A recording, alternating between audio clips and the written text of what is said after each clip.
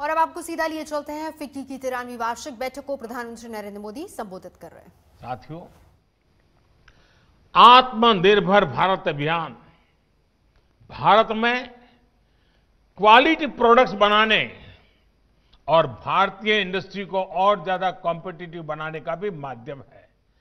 और 2014 में पहली बार जब लाल किले से मुझे बोलने का मौका मिला था, तब मैंने एक बात कही थी कि हमारा लक्ष्य रहना चाहिए जीरो डिफेक्ट, जीरो इफेक्ट। साथियों, अनुभव रहा है कि पहले के समय की नीतियों ने कई क्षेत्रों में इनएफिशिएंसी को संरक्षण दिया है, नए प्रयोग करने से रोका है, जबकि आत्मनिर्भर भारत अभियान हर क्षेत्र में एफिशिएंसी को बढ़ावा देता है। ऐसे सेक्टर्स जिसमें भारत के पास लॉन्ग टर्म कॉम्पिटिटिव एडवांटेज है, उनमें सनराइज और टेक्नोलॉजी बेस्ड इंडस्ट्रीज को नई ऊर्जा देने पर ज्यादा बल दिया जा रहा है। हम चाहते हैं कि हमारी ये इन्फेंट इंडस्ट्रीज भी भविष्य में और अधिक स्ट्रांग और इंडिपेंडेंट बने। इसलिए आपने देखा होगा, एक और अहम कदम उठाया गया है। देश में प्रोडक्शन लिंक इंसेंटिव स्कीम शुरू की गई है। ये स्कीम उन उद्योगों के लिए है जिनमें भारत ग्लोबल चैंपियन बनने की क्षमता रखता है। जो परफॉर्म करेगा, जो एफिशिएंसी से काम करेगा, जो अपने सेक्टर में देश को आत्मनिर्भर बनाएगा, वो इंसेंटिव का भी हकदार होगा। साथियों, जीवन हो या गवर्नेंस, हम एक पैराडॉक्स अक्सर देखते हैं। जो कॉन्फिडेंट होता है वो दूसरों को जगह देने में हिचकिचाता नहीं है, लेकिन जो दुर्बल मन का होता है, इनसिक्योर होता है, वो अपने आसपास के लोगों को भी अवसर देने से डरता है। अक्सर सरकारों को लेकर भी ऐसा ही होता है। जनता जनार्दन के भारी समर्थन और विश्वास से बनी सरकार का अपना ही कॉन्फिडेंस होता है और उतना ही डेडिकेशन भी होता है। और तभी तो सबका साथ, सबका विकास, सबका विश्वास, इस मंत्र को चरितार्थ करने के लिए जी जान से सरकार जुटी रहती है। सरकार जितनी निर्णायक होती है, वो दूसरों के लिए अड़चनों को उतना ही कम करती है। एक निर्णायक सरकार की हमेशा कोशिश होती है कि वो समाज के लिए, राष्ट्र के लिए ज्यादा से ज्यादा कंट्रीब्यूट करे। एक निर्णायक और आत्मविश्वास से भरी सरकार ये भी नहीं चाहती कि सारा कंट्रोल अपने पास रखे, दूसरों को कुछ करने ही ना दे। पहले के दौर में सरकारों की इस सोच के आप सभी साक्षी भी हैं और देश उसका शिकार भी रहा है। सोच क्या थी? सब कुछ सरकार करेगी।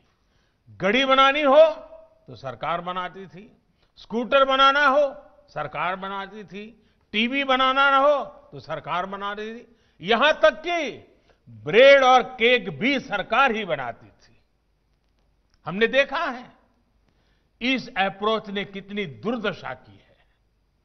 इससे अलग एक दूरदर्शी और निर्णायक सरकार हर स्टेक होल्डर को प्रोत्साहित करती है ताकि वो अपनी क्षमताओं का पूरा उपयोग कर सके। साथियों, पिछले 6 वर्षों में भारत ने भी ऐसी ही सरकार देखी है जो सिर्फ और सिर्फ 130 करोड़ देशवासियों के सपनों को समर्पित है, जो हर स्तर पर देशवासियों को आगे लेने के लिए काम कर रही है। भारत में आज हर क्षेत्र में हर स्टेक होल्डर की भागीदारी बढ़ाने के लिए काम हो रहा है। इसी सोच के साथ मैन्युफैक्चरिंग से एमएसएमई तक, एग्रीकल्चर से लेकर इंफ्रास्ट्रक्चर तक, टेक इंडस्ट्री से टैक्सेशन तक, रियल एस्टेट से रेगुलेटरी ईजिंग तक चौतरफा रिफॉर्म किए गए हैं। आज भारत में कॉरपोरेट टैक्स दुनिया में सबसे कॉम्पिटिटिव है। आज भारत दुनिया के उन कुछ देशों में शामिल है जहां फेसलेस असेसमेंट और फेसलेस अपील की सुविधा है। इंस्पेक्टर राज और टैक्स टेररिज्म के दौर के पीछे छोड़कर भारत अपने देश के उद्यमियों के सामर्थ्य पर भरोसा करते हुए आगे बढ़ रहा है। माइनिंग हो, डिफेंस हो, स्पेस हो, ज्यादातर सेक्टर को इन्वेस्टमेंट के लिए, भारतीय टैलेंट के लिए, कंपटीशन के लिए आज अवसरों की, एक प्रकार से अनगिनत अवसरों की एक परंपरा खड़ी कर दी है। देश में लॉजिस्टिक को कॉम्पिटिटिव बनाने के लिए मल्टी मॉडल कनेक्टिविटी पर फोकस किया जा रहा है।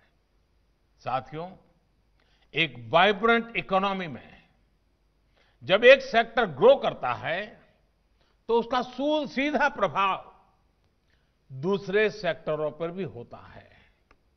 लेकिन आप कल्पना कर सकते हैं कि अगर एक इंडस्ट्री से दूसरे के बीच में बेवजह की दीवारें खड़ी कर दी जाए तो क्या होगा?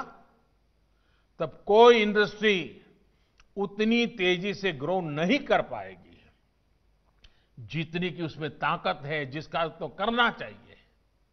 एक इंडस्ट्री किसी तरह ग्रो भी करेगी तो उसका प्रभाव दूसरे सेक्टर पर भी कभी नहीं पड़ेगा। अलग अलग सेक्टर्स में इस दीवार ने देश की अर्थव्यवस्था का बहुत नुकसान किया है, सामान्य मानवीय का नुकसान किया है। अब देश में जो रिफॉर्म हो रहे हैं वो इन दीवारों को हटाने का काम कर रहे हैं। अभी हाल ही में जो एग्रीकल्चर रिफॉर्म्स हुए हैं वो इसी की एक कड़ी है। एग्रीकल्चर सेक्टर और उससे जुड़े अन्य क्षेत्रों, चाहे वो एग्रीकल्चर इंफ्रास्ट्रक्चर हो, फूड प्रोसेसिंग हो, स्टोरेज हो, कोल्ड चेन हो, इनके बीच पहले हमने ही ऐसी दीवारें देखी हैं। अब ये सभी दीवारें हटाई जा रही हैं, सभी अड़चनें हटाई जा रही हैं। इन दीवारों के हटने के बाद, इन रिफॉर्म्स के बाद किसानों को नए बाजार मिलेंगे, नए विकल्प मिलेंगे, उन्हें टेक्नोलॉजी का ज्यादा लाभ मिलेगा। देश का कोल्ड स्टोरेज इंफ्रास्ट्रक्चर आधुनिक होगा। इन सब से कृषि क्षेत्र में ज्यादा निवेश होगा और इन सबका सबसे ज्यादा फायदा अगर किसी को होने वाला है तो मेरे देश के किसान को होने वाला है, जो छोटे छोटे जमीन के टुकड़ों पर जिंदगी पालता है, उस किसान का भला होने वाला है। हमारे देश की अर्थव्यवस्था को अलग अलग सेक्टर्स में दीवारें नहीं, ज्यादा से ज्यादा ब्रिजेज चाहिए ताकि वो एक दूसरे का सपोर्ट कर सके। साथियों, बीते वर्षों में इन दीवारों को तोड़ने के लिए कैसे एक प्लान और इंटीग्रेटेड अप्रोच के साथ रिफॉर्म किए गए हैं, इसका एक बेहतरीन उदाहरण है। देश के करोड़ों लोगों का फाइनेंशियल इंक्लूजन अब हम बैंकिंग इंक्लूजन के से मोस्ट इंक्लूसिव देशों में शामिल हो गए हैं। आप भी इस बात की गवाह रहे हैं कि तमाम अवरोधों को दूर करते हुए भारत में किस तरह आधार को संवैधानिक संरक्षण दिया गया। हमने अनबैंक को बैंकों से जोड़ा, सस्ता मोबाइल डेटा, सस्ते फोन उपलब्ध कराकर गरीब से गरीब को कनेक्ट किया। तब जाकर जनधन खाते, आधार और मोबाइल JAM की ट्रिनिटी देश को प्राप्त हुई। साथियों, आज दुनिया का सबसे बड़ा डायरेक्ट बेनिफिट ट्रांसफर सिस्टम देश में काम कर रहा है। DBT देश में काम कर रहा है। अभी आपने भी एक इंटरनेशनल जर्नल की वो रिपोर्ट पढ़ी होगी जिसमें भारत में बनाई गई इस व्यवस्था की भूरी भूरी प्रशंसा की गई है। कोरोना के समय में जब अनेक देशों को अपने नागरिकों तक सीधे पैसे भेजने में दिक्कत आ रही थी, वो चेक और डाक विभाग पर निर्भर थे। भारत सिर्फ एक क्लिक कर से हजारों करोड़ रुपए कोटि कोटि नागरिकों के बैंक खातों में ट्रांसफर कर रहा था, पल भर में। वो भी तब जब बैंक बंद थे, देश में लॉकडाउन था। अंतर्राष्ट्रीय जगत के बड़े बड़े जानकार अब ये कह रहे हैं कि भारत के इस मॉडल से दूसरे देशों को भी सीखना चाहिए। ये पढ़कर, ये सुनकर किसे गर्व नहीं होगा। साथियों, एक समय था जब कुछ लोग ये सवाल उठाते थे कि अशिक्षा और गरीबी भरे माहौल में भारत कैसे टेक्नोलॉजी को अपने सामान्य नागरिकों तक पहुंच पाएगा। लेकिन भारत ने ये करके दिखाया है और बहुत सफलता के साथ करके दिखाया है, दिखाता रहेगा। आज अकेले UPI प्लेटफॉर्म पर ही हर महीने करीब करीब 4 लाख करोड़ रुपए का ट्रांजैक्शन हो रहा है। 4 लाख करोड़ रुपए का ट्रांजैक्शन, और हर महीने नए रिकॉर्ड बन रहे हैं। आज गांव देहात में भी छोटे छोटे रेहड़ी ठेलों पर भी आज डिजिटल पेमेंट संभव हो रहा है। भारत के उद्योग जगत को देश की इस ताकत को समझते हुए आगे बढ़ना है। साथियों, हम जैसा गांव और छोटे शहरों का माहौल टीवी या फिल्मों में देखते हुए बड़े हुए हैं, उससे इनके बारे में एक अलग धारणा बनना स्वाभाविक है। शहरों और गांवों के बीच फिजिकल दूरी कभी उतनी नहीं रही जितनी दूरी पर्सपेक्टिव को लेकर रही है। कुछ लोगों के लिए गांव का मतलब ऐसी जगह रहा है जहां आना जाना मुश्किल हो, जहां बहुत कम सुविधाएं हो, बहुत कम विकास हुआ हो, पिछड़ापन ही पिछड़ापन पड़ा हुआ है। लेकिन अगर आप आज रूरल या सेमी रूरल इलाकों में जाएंगे तो आपको एकदम अलग दृश्य मिलेगा। एक नई आशा, नया विश्वास आपको नजर आएगा। आज का ग्रामीण भारत बहुत बड़े बदलाव के दौर से गुजर रहा है।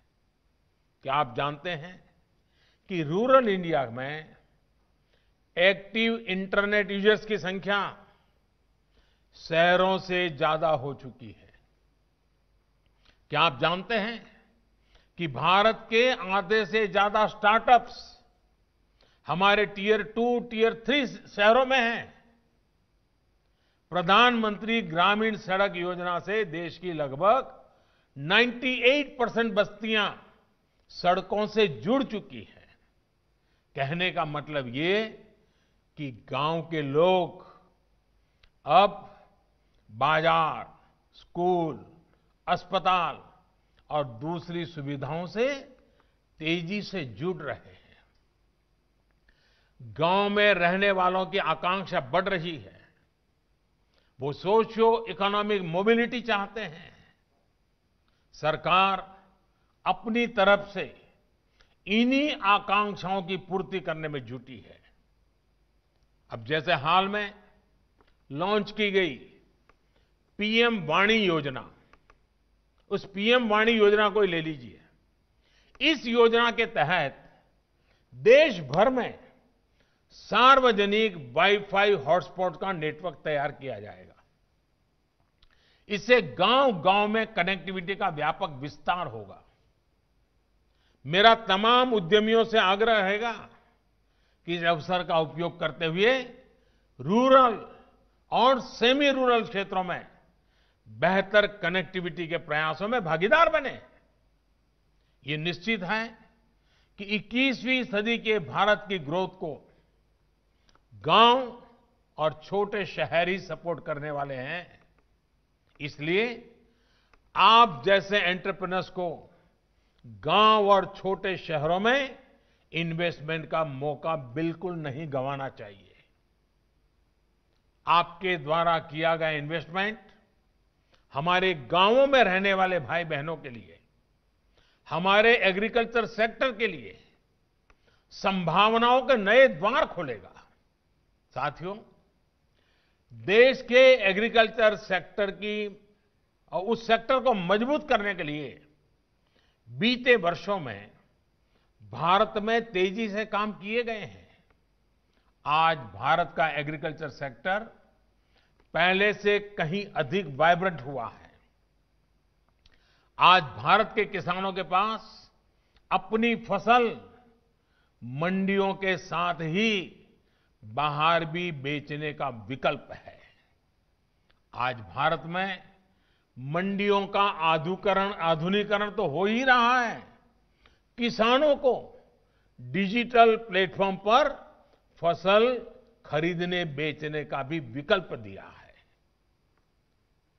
इन सारे प्रयासों का लक्ष्य यही है कि किसानों की आय बढ़े, देश का किसान समृद्ध हो। जब देश का किसान समृद्ध होगा तो देश भी समृद्ध होगा। आपको मैं एक और उदाहरण देता हूं कि कृषि क्षेत्र को पहले कैसे हैंडल किया जा रहा था। साथियों, हमारे देश में पहले इथेनॉल तक को प्राथमिकता देकर इंपोर्ट किया जाता था, जबकि खेतों में गन्ना किसान परेशान रहता था कि उसका गन्ना बिक नहीं रहा या उसके गन्ना किसानों का हजारों करोड़ रुपए का बकाया भी समय पर मिलता नहीं था। हमने इस स्थिति को बदला। हमने देश में ही इथेनॉल के उत्पादन को बढ़ावा दिया। पहले चीनी बनती थी, गुड़ बनता था। कभी चीनी के दाम गिर जाते थे तो किसान को पैसे नहीं मिलते थे, कभी चीनी के दाम बढ़ जाते थे तो कंज्यूमर को तकलीफ होती थी। यानी कोई व्यवस्था ऐसी चल ही नहीं सकती। और दूसरी तरफ हम हमारे कार स्कूटर चलाने के लिए विदेशों से पेट्रोल लाते थे। अब ये काम इथेनॉल भी कर सकता था। अब देश में पेट्रोल में 10% तक इथेनॉल की ब्लेंडिंग करने की तरफ बढ़ रहा है। सोचिए, इससे कितना बड़ा बदलाव आने वाला है। इससे गन्ना किसानों की आमदनी तो बढ़ेगी, रोजगार के भी नए अवसर मिलेंगे। साथियों, आज जब मैं उद्योग जगत के वरिष्ठ लोगों के बीच हूं, तो इस बात को भी खुलकर कहूंगा कि जितना हमारे देश में एग्रीकल्चर पर प्राइवेट सेक्टर द्वारा निवेश किया जाना चाहिए था, दुर्भाग्य से उतना नहीं हुआ। इस सेक्टर को प्राइवेट सेक्टर द्वारा उतना एक्सप्लोर ही नहीं किया गया। हमारे यहां कोल्ड स्टोरेज की समस्याएं रही है। बिना प्राइवेट सेक्टर के सपोर्ट के सप्लाई चेन बहुत सीमित दायरे में काम करती रही है। फर्टिलाइजर की किल्लत होते आपने भी देखा है। इसका कितना इंपोर्ट भारत करता है, आप भी जानते हैं। एग्रीकल्चर सेक्टर की ऐसी कितनी ही चुनौतियों के समाधान के लिए केंद्र सरकार निरंतर काम कर रही है। लेकिन इसमें आपके इंटरेस्ट और आपके इन्वेस्टमेंट दोनों की आवश्यकता है। मैं मानता हूं कि एग्रीकल्चर से जुड़ी कई कंपनियां अच्छा काम कर रही हैं, लेकिन सिर्फ उतना ही काफी नहीं है।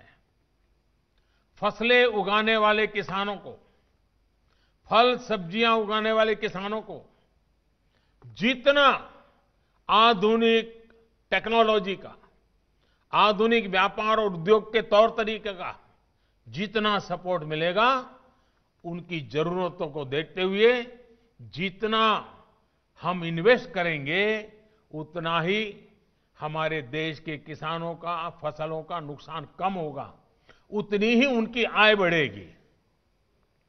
आज ग्रामीण क्षेत्र में एग्रो बेस्ड इंडस्ट्री के लिए बहुत बड़ा स्कोप है। पहले की नीतियां जो भी रही हो, लेकिन आज की पॉलिसीज ग्रामीण कृषि आधारित अर्थव्यवस्था विकसित करने के लिए बहुत अनुकूल है। नीति से और नियत से सरकार पूरी तरह किसानों का हित करने के लिए प्रतिबद्ध है। साथियों, एग्रीकल्चर के साथ ही सर्विस सेक्टर हो, मैन्युफैक्चरिंग हो, सोशल सेक्टर हो, इसमें हम एक दूसरे को कॉम्प्लीमेंट कैसे करें, इस पर हमें पूरी एनर्जी लगानी है। फीकी जैसे संगठनों को इसमें ब्रिज भी बनना है और इंस्पिरेशन भी बनना है। एमएसएमईज को सरकार ने ताकत दी है, आप इस ताकत को मल्टीप्लाई कर सकते हैं। लोकल वैल्यू और सप्लाई चेन को कैसे सशक्त करें, ग्लोबल सप्लाई चेन में कैसे भारत की भूमिका व्यापक हो, इस स्पष्ट लक्ष्य के साथ हम सबको मिलकर के काम करना है। भारत के पास मार्केट भी है, मैन पावर भी है और मिशन मोड पर काम करने की कैपेबिलिटी भी है। पैंडेमिक के इस दौर में भी हमने देखा है कि आत्मनिर्भरता की तरफ बढ़ना भारत का हर कदम कैसे पूरी दुनिया को लाभ देता है। हमारे फार्मा सेक्टर ने मुश्किल समय में भी ग्लोबल सप्लाई चेन को प्रभावित नहीं होने दिया। अब जब भारत वैक्सीन मैन्युफैक्चरिंग के मामले में आगे बढ़ रहा है, तो इससे भारत के करोड़ों जीवन को तो लाभ, सुरक्षा कवच मिलेगा ही, दुनिया के अनेक देशों में भी नई उम्मीद जगी है। साथियों, हम लोग एक मंत्र से सब परिचित है और वो हमारे जीवन के लिए आवश्यक भी है। हमारे यहां कहा गया है, तन्मे मनः शिव संकल्पस्तु, यानी मेरा मन उत्तम संकल्पों वाला हो। इसी भाव से हमें आगे बढ़ना है। देश के लक्ष्य, देश के संकल्प, देश की नीतियां स्पष्ट है। इंफ्रास्ट्रक्चर हो या पॉलिसी रिफॉर्म को लेकर भारत के इरादे पक्के हैं। महामारी के रूप में जो भी स्पिरिट लेकर आया था, अब हम उसे आगे निकल रहे हैं। हम नए विश्वास के साथ हम सभी को पहले से अधिक मेहनत करनी है। विश्वास और आत्मविश्वास भरे इस माहौल के साथ ही हमें अब नए दशक में आगे चलना है। वर्ष 2022 में देश अपनी स्वतंत्रता के 75 वर्ष का पर्व मनाएगा। आजादी के आंदोलन से लेकर आज तक फिक्की की भी देश की विकास यात्रा में बड़ी भूमिका रही है। फिक्की के भी 100 वर्ष बहुत दूर नहीं है। इस महत्वपूर्ण पड़ाव पर आपको राष्ट्र निर्माण की अपनी भूमिका को और विस्तार देना है और व्यापक बनाना है। आपके प्रयास आत्मनिर्भर भारत के अभियान को और गति देंगे। आपके प्रयास लोकल के लिए वोकल के मंत्र को पूरी दुनिया तक पहुंचाएंगे। आखिर में मैं डॉक्टर संगीता रेड्डी जी को प्रेसिडेंट के रूप में एक बेहतरीन कार्यकाल के लिए बहुत बहुत बधाई देता हूं। साथ